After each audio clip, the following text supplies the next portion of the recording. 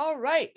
Hey, thank you for tuning in to this YouTube version of the class Parables of a Palestinian Rabbi. We had some life stuff going on last week where we couldn't do our usual Tuesday night Zoom session, but I'm glad to be able to make the class available online anyway. So why don't we go ahead and share our screen and get right down to it.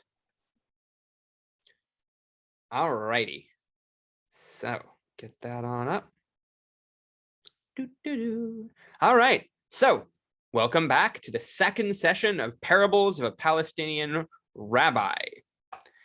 This is a class about exactly what it sounds like. We're going to be talking about the parables of Jesus and particularly situating them in their first century Palestinian Jewish context and looking at some of the ways that they might have been interpreted then and how that can inform our interpretation of them in the political and economic and social and religious context of the 21st century. So a reminder of where we are and where we've been. So last week we talked about the genre of a parable. What even is a parable, Socrates? And this week we're going to do our second session, Two Brothers, the JC remix, looking at the Prodigal Son and the art of retelling. And let us begin with a classic beginning. There was a man who had two sons.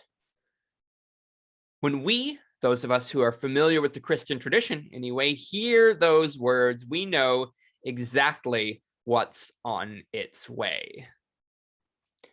The prodigal son is maybe the most famous of Jesus' parables, second only perhaps to the Good Samaritan. It's certainly the longest one and one of the most beloved. Chances are good that if you're anything like me, you've heard this parable hundreds of times. You've heard dozens, maybe even hundreds of interpretations of it in sermons and classes and articles and books. But today I want to take us back a little bit and see if we can hear this story again with new ears, if we can read it with new eyes, if we can see to practice a bit of what our Zen Buddhist friends would call beginner's mind, to encounter it anew. Because we have to remember, once upon a time, this was a new story, or at least was a new version of a story about a man with two sons. We'll get into that a little bit later. But the point being that this is something that would have been unfamiliar to its first hearers. This would have been the first time that they'd encountered it. And so how can we even hope to get inside their heads when we're so familiar with this text, when it's so much a part of the Christian tradition and the wider culture? Now, last week, I talked a bit about how the Bible scholar John Dominic Crossan describes parables as a kind of participatory pedagogy. Now, because of how I'm recording this class this week, there's not going to be active interpretation from a gathered group, but I want to encourage you to think about what this parable means to you, what interpretations you've heard of it before, how you might make a new interpretation of it. And we are going to start every class from here on out, not with me giving any historical context, not with me giving any background or literary information or interpretation, but we're just going to start with the actual text of the parable and see what arises for us as we try to encounter it with fresh ears and eyes. So let us begin with a reading of the not the Good Samaritan, the Prodigal Son. This is from Luke 15. Now, all the tax collectors and sinners were coming near to listen to Jesus. And the Pharisees and the scribes were grumbling and saying, "This fellow welcomes sinners and eats with them." And then Jesus said, "There was a man who had two sons. The younger of them said to his father, 'Father, give me the share of the property that will belong to me.' So he divided his property between them. A few days later, the younger son gathered all he had and traveled to a distant country. And there he squandered his property in dissolute living. Now, when he'd spent everything, a severe famine took place throughout that country, and he began to be in need. So he went and hired himself out to one of the citizens of that country, who sent him to his fields to feed the pigs. He would gladly have filled himself with the pods that the pigs were eating, and no one gave him anything. But when he came to himself, he said, "How many of my father's hired hands have bread enough and to spare? But here I am, dying of hunger. I will get up and go to my father, and I will say to him, 'Father, I have sinned against heaven and before you. I am no longer worthy to be called your son. Treat me like one of your hired hands.'" So he set off and went to his father. But while he was still far off, his father saw him and was filled with compassion. He ran and put his arms around him and kissed him. Then the son said to him, "Father, I have sinned against heaven and before you. I am no longer worthy to be called your son." But the father said to his slaves, "Quickly, bring out a robe, the best one, and put it on him.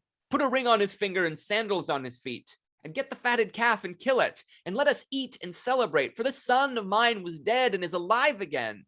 He was lost and is found." And they began to celebrate. Now, his elder son was in the field, and when he came and approached the house, he heard music and dancing. He called one of the slaves and asked what was going on. He replied, "Your brother has come, and your father has killed the fatted calf because he's got him back safe and sound." Then he became angry and refused to go in. His father came out and began to plead with him. But he answered his father, "Listen, for all these years I've been working like a slave for you, and I've never disobeyed your command, yet you've never given me even a young goat so that I might celebrate with my friends. When this son of yours came back, who's devoured your property with prostitutes, you killed the fatted calf for him." Then the father said to him, "Son, you are always with me, and all that is mine is yours. But we had to celebrate and rejoice because this brother of yours was dead and has come back to life. He was lost and has been found."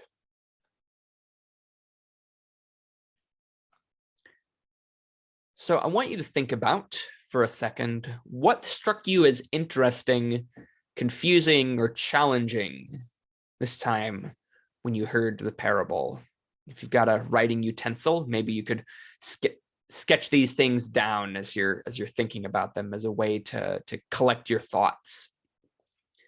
What interpretations, lessons, or applications have you drawn or heard others draw about this parable in the past?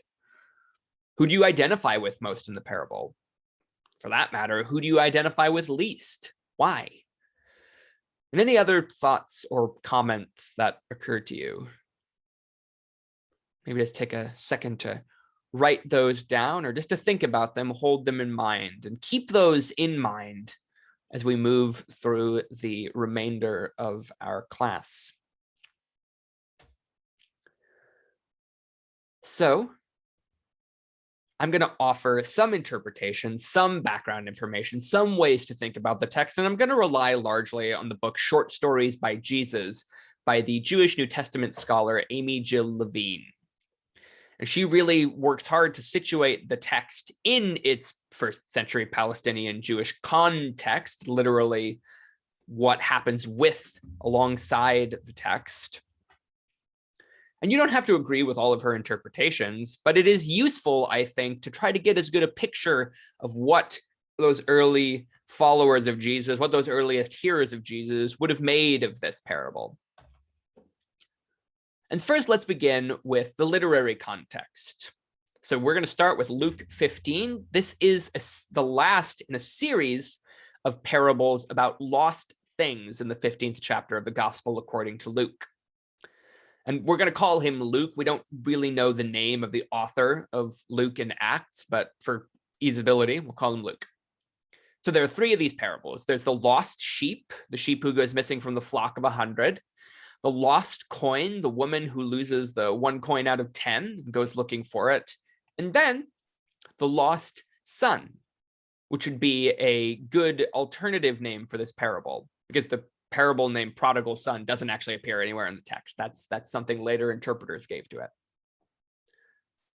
And these are specifically responses to a complaint on the part of the Pharisees, which are a stand-in for Jesus' religious opponents in the Gospel according to Luke. Luke doesn't love Pharisees, and we could have a long conversation and probably would be worthwhile about who the Pharisees were, why the early Christian writers were so upset with them, and whether that animosity was really warranted, but that's another topic.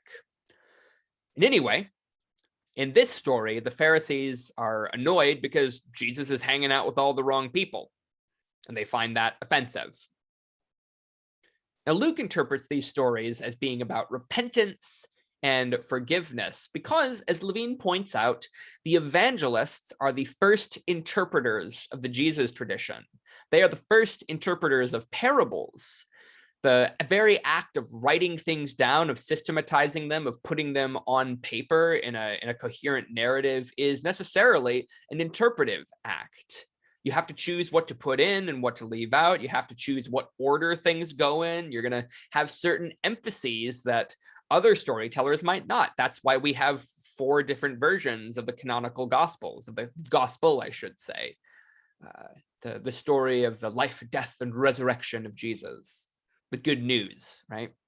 So we have multiple versions of that because every author is telling it a little differently, making different editorial and theological and emphasis choices. Now, we know that the Gospels themselves weren't composed by Jesus, but scholars, including scholars in the Jesus Seminar and other historical critical scholars, think that the parables are almost certainly things Jesus said.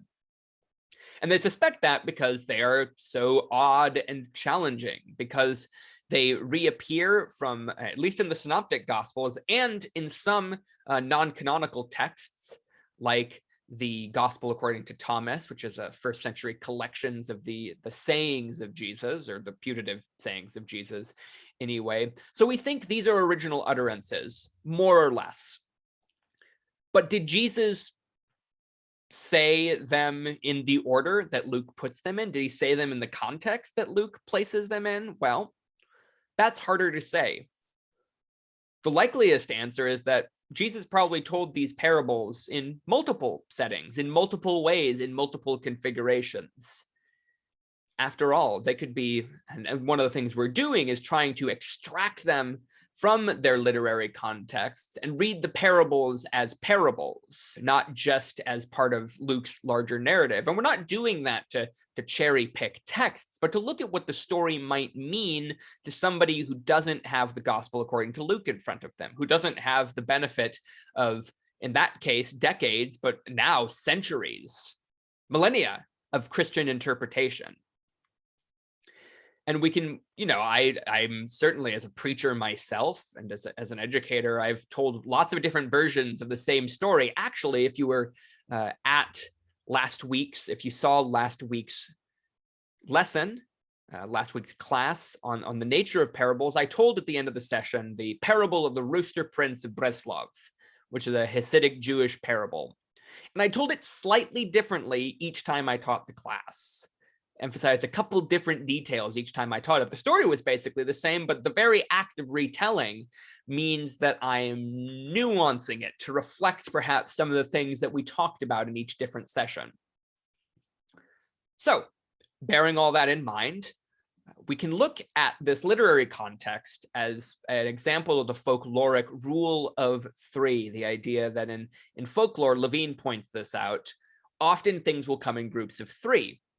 And they will be set up so that there are 2 similar occurrences of a motif, followed by a third that turns it, that twists it, that nuances it, that indicates a difference. The classic example she uses, and a very non-kosher one, is the 3 little pigs, right?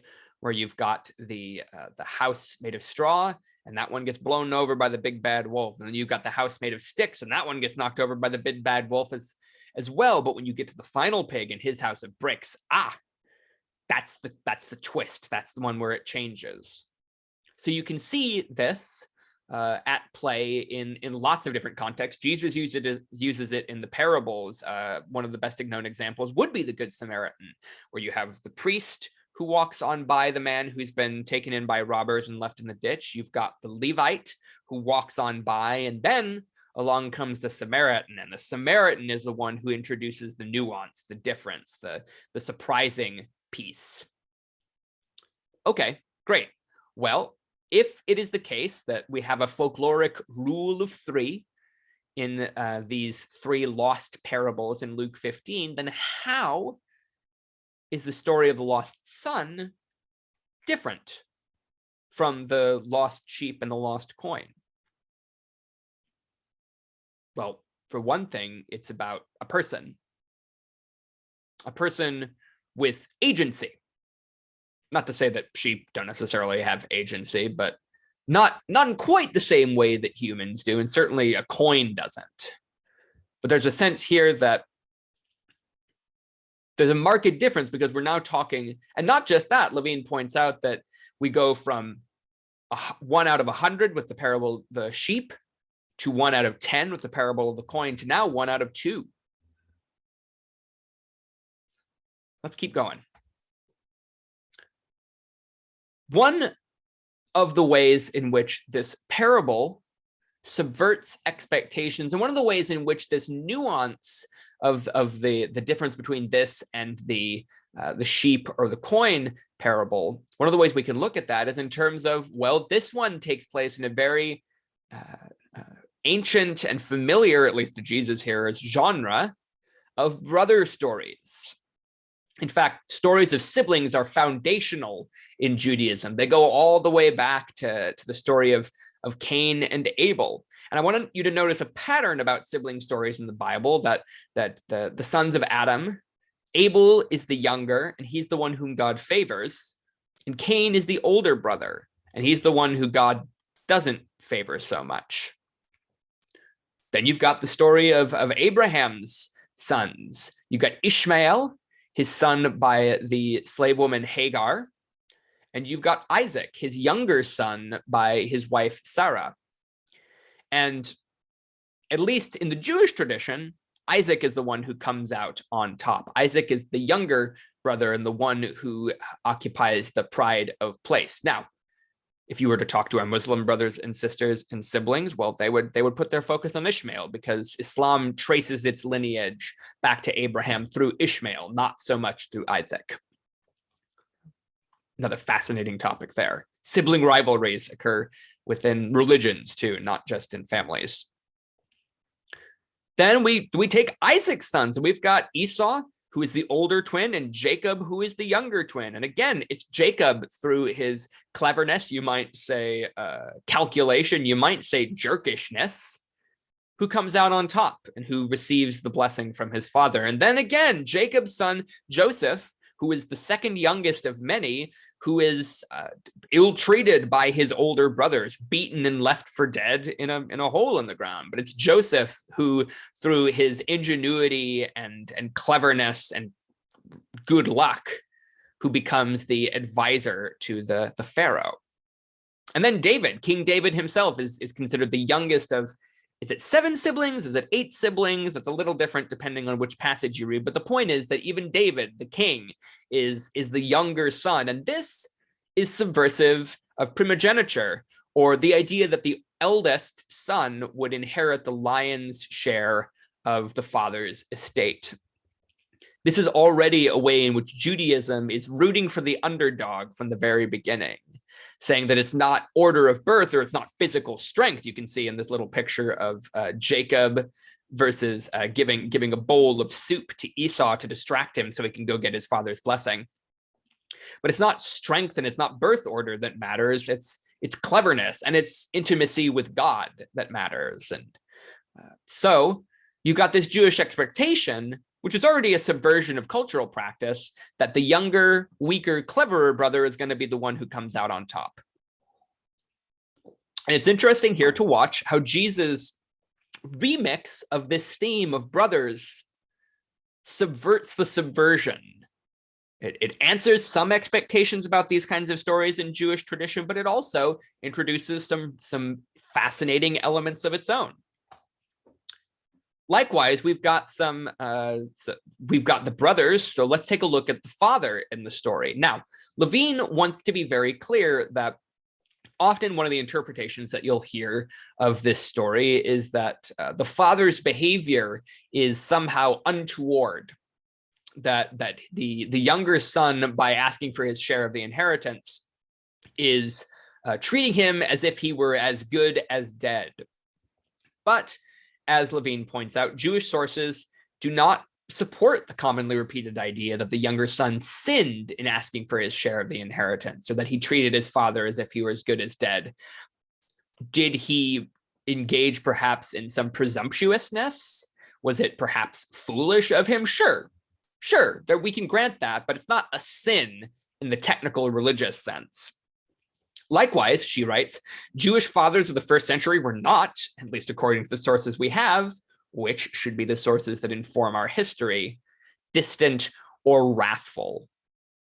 It makes lots of sense that this father would be sad to see his son go and would be overjoyed to see him come back. It wasn't somehow a fundamental radical shift in the way that fathers related to their sons or related to their children for the father to be excited and to welcome his son home with open arms. Is it extravagant and forgiving? Sure. But it's not in and of itself a subversion of the trope of Jewish fatherhood, which is one of the ways it's been interpreted. And there's this interesting thing that Levine points out is that often in the attempt to make Jesus look good or to offer a challenging interpretation of the parable, we can lean too hard toward making first century Judaism look bad. And that contributes to anti-Jewish and anti-Semitic sentiment, which we're going to get into much more next week with our encounter with the parable of the Good Samaritan. And I want to end this by saying that we are accustomed in parables often to look for, well, which character represents God? And I think this is not a bad way to read characters in parables, but it's a category error if we think that just because a character appears in a parable, it must be a symbol for God, that there has to be one of the characters as a symbol or an allegory. Remember how cautious we need to be about allegorizing the parables. So what if the father in the story is just a father? What if instead of being generous, he's being indulgent, right? What if he's being irresponsible by dividing his property and giving it to the son, who we can presume will fritter it away? Perhaps the father knows that about his son. Is he enabling the son's bad behavior, his addictive behaviors? There are lots of ways we could potentially read his behavior, the father's that is, that aren't necessarily making him stand in for God. Could be, but doesn't have to. To paraphrase a quote that Sigmund Freud almost certainly didn't say, sometimes a kid in a parable with daddy issues is just a kid in a parable with daddy issues. And it does us well to open up that interpretive horizon for these characters. Speaking of, let's take a look at the younger brother. His motives are kind of ambiguous, right? Is he repentant when he goes back to his father? Is he calculating that he thinks, oh, okay, I have a better chance of surviving and getting food in my mouth if I'm working for my father than if I'm here languishing in this land of famine? Is he being entitled? Does he just trust that daddy's going to bail him out? It's unclear from the text. And one of the ways that sometimes the parable gets read, according to Levine, is that the younger brother represents the Gentiles, because he's out there, he's out there in the world, he's consorting with the pigs, he's ritually unclean, and so the parable can be read as an attempt to include the Gentiles, or even to privilege the Gentiles over the Jewish people, who are consequently represented by the resentful older brother, at least in that scheme of interpretation. But she rejects this outright. The prodigal's problem, she writes, is that he's hungry, not that he's unclean amid the unclean. The issue is not Jewish xenophobia or purity. The problem is starvation. And if we look into how the roles of the elder and younger brother are flipped by the end of the parable, we can see some of the ways that the parable itself challenges this anti-Jewish interpretation. So we've got the younger son at the end who's at the banquet, and it's the older son who's lost, who's not there. So if this is the parable of the lost son, which one of them is the lost son, really? And for that matter, who lost him? How? What would it mean to find the older brother? Is either of them the quote unquote good brother? Certainly we tend to read the older as the good or the righteous one who's worked and slaved away and perhaps internalized resentment, frustration. Perhaps he's done his chores as a result, not so much of filial and relational and parental and familial commitment, but out of a sense of obligation. And then the younger son. Is he the good one? I mean, he comes home, but did he really repent? And certainly the parable doesn't sign off on his behavior in a foreign country. Which of these sons, maybe more to the point, deserves the father's love? Does either of them deserve it? And does that even matter? Maybe there's something here about not deserving God's love, that it's not actually whether you follow the rules or not that makes you important to God, that you makes you a part of God's household, of God's family. Worth thinking about. So we've done a bit of interpretation. We've looked at some of the historical and cultural background. I've wanted to open up questions. I'm not going to answer them. I want you to be able to think about them and maybe bring them back with you if you happen to tune in to one of the later sessions. Let these things roll around in your brain. Let them marinate and see if any new insights arise as a result of this interrogation of this most famous of parables. And I want to end by offering I'm going to offer one alternative interpretation. Now, I have a couple lined up here. We have The Lost Son, a translation and commentary by Clarence Jordan, and the Cotton Patch Parables of Liberation. I can strongly recommend you take a look at his retelling of the story to fit the context, his context of the American South during the 1940s and 50s and 60s, time of integration in the civil rights movement and racial strife, not as if that's gone away. In fact, 50, 60 years on, his parables, his Cotton Patch Parables, are every bit as relevant as they were in his own time. So definitely worth checking out. But today, I want to offer instead a retelling of the story by the theologian, the Irish theologian Peter Rollins, from his book, The Orthodox Heretic and Other Impossible Tales. It's a compilation of deliberately provocative stories, you might even say parables, and a way to understand how, in the same way that Jesus' telling of the prodigal son was a remix of an older religious theme within his Jewish tradition, Peter Rollins' take is a remix of an older religious theme within his Christian tradition. So this is called the prodigal father. There was once a rich and kindly father who lived with his two sons in a lavish mansion. But late one evening, in the very dead of night, the father packed a few small items and left quickly. The first son awoke the next day and, upon discovering the father's disappearance, continued with his chores religiously. Days passed into months, and these months gradually dissolved into years. Through toil and rationalization, this son successfully repressed the haunting fact that the father had abandoned them. Instead of facing the pain, he allowed the reality of the situation to fester silently in the depth of his being. The other son also refused to face up to the pain of his father's midnight exodus. In confusion and fear, he withdrew his share of the father's inheritance and ran away, losing himself in worldly distractions of all kinds. But he found that no matter where he traveled, he could not escape the sorrow in his heart. And no matter what activity he engaged in, the amnesia it offered was not enough to cloud the memory of his father's disappearance. In addition to this, he soon found himself utterly destitute and poor.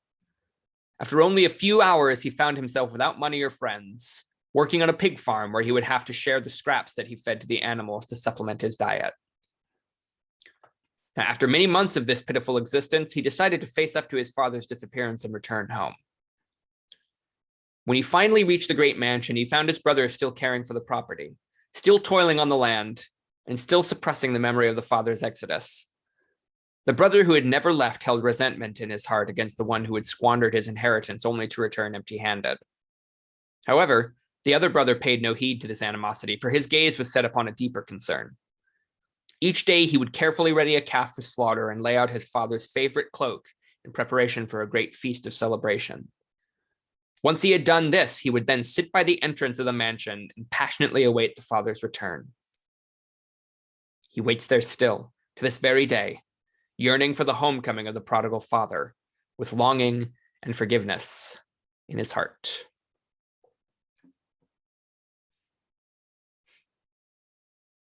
I'm not going to explain that. I want that to, want to see if you make any meaning with that. See if that changes at all how you hear the original when we flip it like that. How does the remix change how you hear the original? With music, the idea is to put a new spin on it, to take this material that already exists and to fashion something new and interesting and different with it. So I hope that Peter Rollins' example offers you the opportunity to fashion something new with this ancient, well-worn story, to see what new insights it has for us, even as it held new insights for the first hearers back in Jesus' time. And I'll leave us with an open ending. Next week, we will move from prodigals to Samaritans. And as mentioned, talk about anti-Semitism and anti-Judaism in the history of not only parable interpretation, but Christianity more broadly, and how we can use the prodigal of the Good Samaritan, the parable, all these words that sound similar, the parable of the Good Samaritan, to challenge and undermine those anti-Jewish sentiments and actually present a vision of Jesus' Jewishness, where the problem isn't that people are too Jewish, that they're too concerned with Torah, with the teaching, with the tradition, but rather that maybe they aren't concerned with it enough. So on that note, I want to thank you for taking the time, and I hope we'll see you in the coming week. Tuesday at 7 p.m. You can find the information for the Zoom gathering on the First Congregational Church of Long Beach website. And then at 8:30 a.m. live in Booth Chapel at First Congregational Church of Long Beach. That'll be this upcoming Sunday. So thanks so much for your time. God bless.